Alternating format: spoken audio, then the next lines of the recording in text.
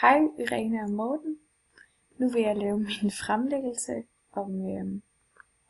i AT6, og vi har fået emnet at være på, muligheder og problemer, og jeg har valgt at lave det i engelsk og samfundsfag, fordi jeg tænkte, det ville belyse emnet ret godt, og man kunne finde nogle gode svar. Jeg har formuleret problemformuleringen: hvilke muligheder har det virtuelle rum skabt for identitetsdannelse og iscenesættelse i det senmoderne samfund, og hvad har disse problemer medført? Jeg har valgt den problemformulering, fordi jeg synes, den passer godt til emnet, og man kan komme ind og kigge på internettets muligheder og problemer i forhold til iscenesættelse, som jeg har valgt at lægge fokus på. Og ud fra det, eller ud fra hele vores arbejde igennem synopsisen, er jeg kom frem til, at det virtuelle rum, det er et såkaldt frirum for personen, som bruger det. Det er her, man kan skabe ny identitet, og man kan nærmest lave et nyt liv, og det er primært folk med lavt selvværd, som ikke får nok opmærksomhed, eller bare ikke har det godt sådan, i virkeligheden. Det er primært dem, som går ind og skaber den her identitet på nettet, og begynder at få bekræftelse og anerkendelse, og bare har det godt derinde, og kan føle sig tryg, uden man sådan bliver dømt på det fysiske, men mere det psykiske. Og så nogle gange, som i for eksempel Catfish, hvor at man vælger, at personerne skal møde hinanden, så det ikke lige altid, at det man har skrevet med, stemmer overens med det man ønsker, det skal være i virkeligheden. Der har jeg så taget udgangspunkt i episode 1 i Catfish, hvor at man møder Sonny, som har skrevet med en, der hedder Jamison, og så vælger værterne så, at de skal møde hinanden. Og så da de møder hinanden, kan man så se, at det bare overhovedet ikke rigtigt, fordi Jamison er ikke en mand, han er en kvinde, der hedder Chelsea. Og hun har skrevet med Sonny, fordi det ligger helt tilbage fra, at hun blev drillet eller mobbet, og så vil hun hævne sig på pigerne igennem Facebook, som hun oprettede en falsk profil af en mand, der hedder R.J. King. Og så blev det bare en vane for hende, fordi hun fik så meget tryghed, og så valgte Sonny at skrive til hende, og så begyndte de så at skrive sammen. Og så igennem Sonny har Chelsea fået tryghed og anerkendelse, og hun har måske også skjulte følelser, for det viser sig sidenhen, at Chelsea hun er lesbisk, og har haft skjulte følelser for Sonny igennem hele forløbet, hvor de har skrevet sammen.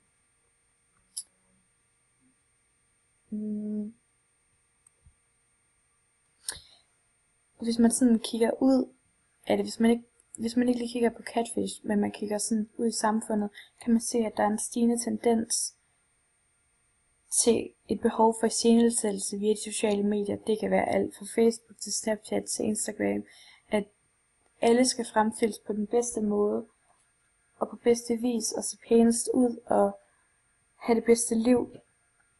Og som jeg sagde før, var det primært usikre individer med lavt selvværd, som oprettede de her profiler for at få et frirum. Og det her, at deres selvtillid kan boostes, og anerkendelsen kan komme igennem de usikre. Så har jeg så valgt at have et spørgsmål, eller komme til at tænke over, komme til at reflektere over, hvad så, når den her profil bliver lukket, hvad sker der så med de usikre individer?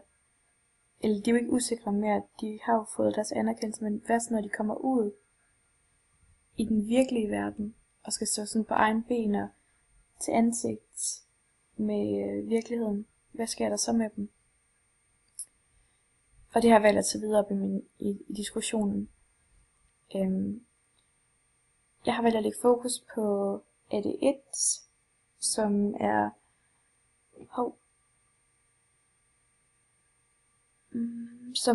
jeg har valgt at lægge fokus på AD1, hvor spørgsmålet har været selviscenesættelse.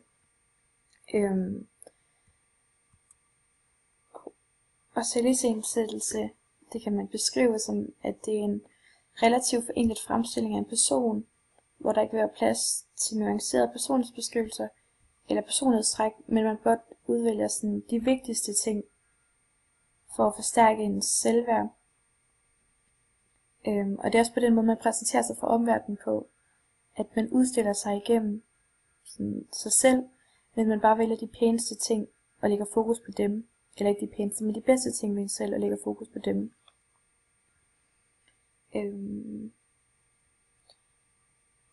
Og selvisættelse, det kommer jo fra iscenesættelse, og derved kan man også se, at der er en række hjælpemidler fra talerens verden, som i form af make-up og påklædning, som man kan gå ind og sådan lave om på hele tiden, og man kan iscenesætte sig på forskellige måder. Men når man snakker om selviscenesættelse, er det også vigtigt at kigge på identitet og selvopfattelse, for det kan have en stor rolle inden for det. Det ligger sådan helt kort sagt grunden for selviscenesættelse. Og her kan man kigge på, hvordan individets oplevelse af sammenhæng af tid i rum med hensyn til at være en selv. Og det er så her, der kan opstå de her såkaldte identitetsforstyrrelser, hvor at man kan føle sig splittet, eller føle sig fremmed over for sig selv. Og det er så her, man kan begynde at snakke om selviscenesættelse, at man kommer ind og begynder at lave sig om, fordi man ikke kan være i sig selv. Og som jeg sagde før, har jeg valgt udgangspunkt i AD4. Og det er spørgsmålet, hvordan fremstilles deltagerne deres motiver for selviscenesættelse i Catfish. Det er her, man møder Sonny, som skriver med Chelsea, at den her person, eller Sonny skriver med Jamie, som så er Chelsea. Og hun har så lavet profilen for, at hun har haft et dårligt liv og blevet mobbet, og det er blevet en vane, og hun fandt tryg gennem Sonny og betule sine følelser og sådan noget. Der ser vi en iscenesættelse, eller bare en slags iscenesættelse, for dem er der jo mange af. Og til at belyse de her problemstillinger har jeg valgt engelsk og samfundsfag, og det vil sige humaniora og samfundsvidenskab. Og hvis vi går ind og kigger på engelsk muligheder og begrænsninger, så kan man sige, at engelsk det giver mulighed for at analysere et konkret kunstnerisk udtryk, og i det her tilfælde har jeg valgt Catfish. Og igennem Catfish har vi brugt den hermeneutiske spiral, hvor at vi i forvejen har haft viden om selviscenesættelse, men vi har fortolket yderligere på det, og derved har vi fået en forståelse af Catfish, og så har vi fået tolket videre på forståelsen af Catfish, og så har vi stillet det i perspektiv til virkeligheden.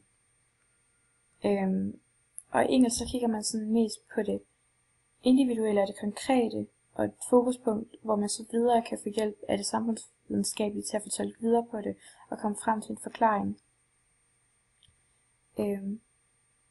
Så i samfundsfag, der har jeg brugt forskellige teorier, for eksempel Giddens, Kant Horney og Christopher Lasch, som jeg så ikke valgt har lægget så meget fokus på nu.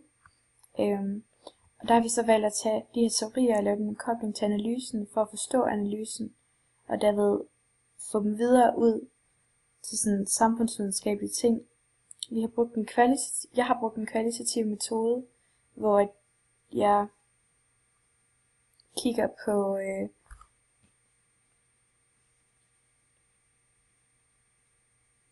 hvor jeg kigger på fortolkningen af Catfish, men jeg kigger også på fortolkning og analysering af de her diverse netartikler, som ligger nede i vores litteraturliste. Og det andet fag, man kunne tage ind i stedet for samfundsfag, kunne være psykologi, så man sådan kunne komme mere ned i individet og forstå, hvorfor de gør, som de gør. Det kunne fx være inde i Kant Horneys teori om nynarcissisme, at det ikke er selvopfattelse, men det er mere en fremmedhed for sig selv. Og sammenfatningen af de to fag er meget god, er meget fin. Man kommer dybt ned i analysen og sådan noget. I humaniora, der kigger man på det konkrete og det individuelle, og så skal man bruge samfundsvidenskaben til at kvalificere fortolkningerne fra Catfish. Man går mere fra det konkrete med fortolkninger over til et mere generelt niveau i samfundsvidenskaben, ved brug af teorierne og empirien til at finde frem til en forklaring. Og jeg har valgt at perspektivere til AT3, hvor jeg har haft samfundsfag og engelsk. Så der kan man perspektivere til metoderne, men man kan også perspektivere til selve emnet, det gode liv, om hvorvidt